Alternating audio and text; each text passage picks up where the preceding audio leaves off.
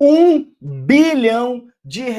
Esse é o total gasto em aquisição de atletas pelo Botafogo na era Textor, desde que se tornou SAF. Muita gente ainda não entendeu, muita gente ainda não assimilou o impacto que isso é, não só para o Botafogo, mas para o futebol brasileiro. E é sobre isso que nós vamos conversar nesse vídeo a partir de agora. Se você não me conhece, meu nome é Manuel Thiago, eu estou aqui todos os dias trazendo 3 conteúdos para você ficar por dentro de absolutamente tudo sobre o Botafogo de Futebol e Resgate. Já somos mais de 155 mil apaixonados pelo Botafogo, que seguem o canal do Manel em todas as redes sociais. Portanto, venha fazer parte da nossa família e se inscreva aqui no canal se você gosta desse tipo de conteúdo. E larga o dedo no like para você me ajudar a treinar esse algoritmo, a distribuir o conteúdo do canal do Manel e do Botafogo para cada vez mais irmãos de camisa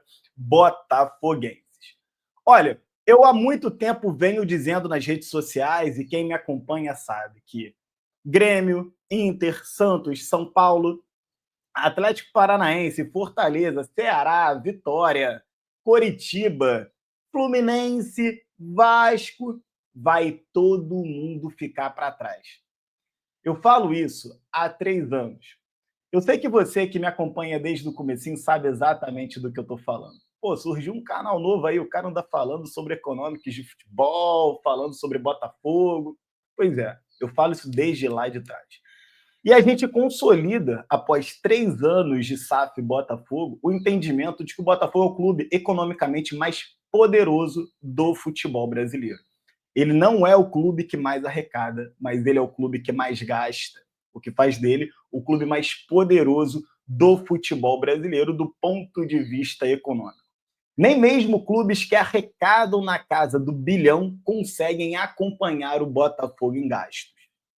Para muitos, isso é injusto, deveria ter um fair play financeiro que limitasse. E a Liga, que está para nascer, ontem, inclusive, eu vi o André Fica, que é um dos advogados da Libra, falando no Sportsmaker, que é um Sportmakers, que é um canal de YouTube muito bom, inclusive, diga-se de passagem, dizendo que cada vez mais LFU e Libra estão maduras para poderem se unificar. Esse ano de 2025 deve consolidar essa união, essa fusão entre os dois blocos, que serão sócios de um terceiro bloco unificado, e esse terceiro bloco vai ser uma liga de clubes independentes, e ele deixou claro que o fair play financeiro vai ser discutido lá.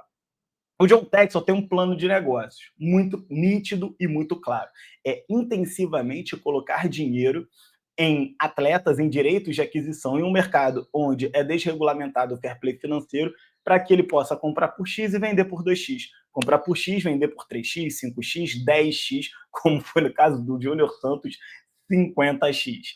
Então, esse modelo de negócios dele está absolutamente bem testado e validado, porque ele não só faz muito dinheiro, está lavando a égua de fazer dinheiro no Botafogo, como também ele está deixando títulos pelo caminho, como uma Libertadores e um Campeonato Brasileiro.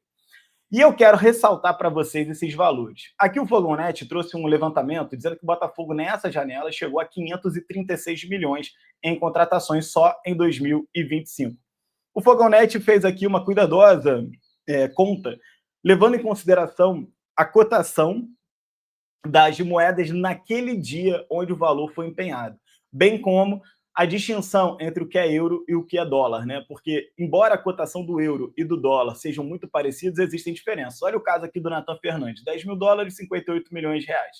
Arthur, 10 mil euros, 62,5. Quer dizer, uma diferença de 4 milhões e meio de reais. Bom, você já está careca de saber esses valores, porque eu trago eles a cada nova contratação, mas eles podem passar de novo. Jefinho, 34 milhões, Arthur, 62,5, Wendel, 125, Léo Link, 11, Davi Ricardo, 10,4, Juan Cruz, 48, Jair, 89, Nathan Fernandes, 58, Santi Rodrigues, 98. O Santi Rodrigues ainda não foi oficialmente anunciado pelo Botafogo, e o Wendel só chega em junho. Agora, o mais interessante é você vir aqui no corpo da matéria e você vê o seguinte: os valores já são um recorde absoluto na história do clube. O atual campeão brasileiro da Libertadores, segundo o GE, quer dizer, não é uma página botafoguense falando, mas é a própria apuração da Globoesporte.com, O Botafogo gastou 413,7 na temporada de 2024 e 114 milhões nas temporadas 2022 e 2023. Você vê que o John Textor ele chegou devagarinho, botou ali 114 milhões no finalzinho de 2022, mas na verdade 2023, né? 2024, 413, e aí ele já começa a ganhar títulos e agora ele aumenta a aposta. Tá? E aí o Botafogo, se você somar todos esses valores, se você somar 413 mais 114 e agora esses 536, você chega a 1 bilhão e 63 milhões de reais. O que tudo isso significa? Significa muita coisa. Significa que o Fluminense nunca mais numa janela vai competir com o Botafogo. O Vasco nunca mais vai competir com o Botafogo numa janela. Internacional, Grêmio. Você vai ter ali competições pontuais. Entendeu? Por exemplo, o Santos deu um chapéu no Botafogo em relação ao Rollheiser. Realmente aconteceu, mas não foi porque o Santos tem mais dinheiro e é mais poderoso do que o Botafogo financeiramente. Foi porque o Botafogo fez a opção de não fechar o Rollheiser na semana passada em função de uma negociação em andamento contra um jogador que tecnicamente é superior ao Rollheiser, que é o Santi Rodrigues. O Botafogo tinha, na escala de priorização, 3 jogadores: Bitelo, Santi Rodrigues e, como terceira opção, Rollheiser. Como o Rollheiser era a terceira opção, calhou dele fechar primeiro. Era só o John Textor assinar um papel, apertar um botão e já era. Rollheiser era jogador do Botafogo, independente da proposta do Santos. Inclusive, o atleta opta por jogar no Botafogo ao invés do Santos num primeiro momento. Só que o John Textor, sabedor do avanço com o Santi Rodrigues, falou: não, vou dar uma segurada. O Rollheiser não quis esperar. O staff do atleta não está errado, está querendo ver o que é melhor para eles e foram para o Santos. Mas perceba, quando o Botafogo demonstrou interesse, o Santos também, o Rollheiser não pensou 2 vezes, ele optou pelo Botafogo. Esse é o X da questão. Quanto mais a SAF do Botafogo se consolidar como um projeto vencedor de títulos, sempre com times poderosos dentro de campo, com esse espaço enorme na mídia que o Botafogo reconquistou a partir de 2024, naturalmente, menos os jogadores quererão ir para outros clubes, como, por exemplo, Santos, Grêmio, Internacional, até mesmo outras SAFs. Por que o cara vai querer hoje ir para o Atlético Mineiro podendo estar no Botafogo?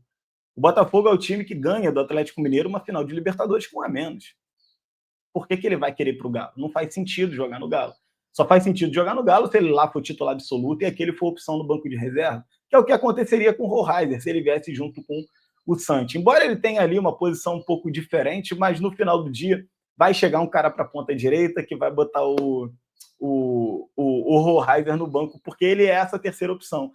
O Botafogo ele tem 5 opções por posição. Isso não foi dito por mim, isso foi dito pelo Alessandro Brito, diretor de futebol do Botafogo, numa entrevista que ele fez, salvo engano, lá no Linha de Passe, né? No Linha de Passe. Linha de Passe não, no Bola da Vez da ESPN. Para cada posição, o Botafogo tem 5 opções. Por exemplo, Bitelo, Santi, Rollheiser, e tem outros 2 aqui, que são ainda mais fraquinhos do que o próprio Rollheiser. A SAF no futebol brasileiro, ela é um fenômeno que ela é possível da forma como ela está acontecendo, porque é um fenômeno desregulamentado. Quer dizer, você não tem uma lei que regule a questão do fair play financeiro no Brasil. E o John Textor habilmente soube se posicionar num mercado que seja desregulamentado e que tende à desregulamentação por um bom tempo. Por quê? Porque o fair play financeiro ele não é uma coisa positiva para os demais clubes brasileiros.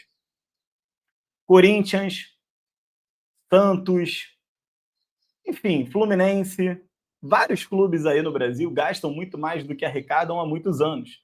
E por conta disso, esses clubes, ainda sem uma gestão profissional, se tiverem um fair play financeiro, definitivamente eles vão para o buraco de vez.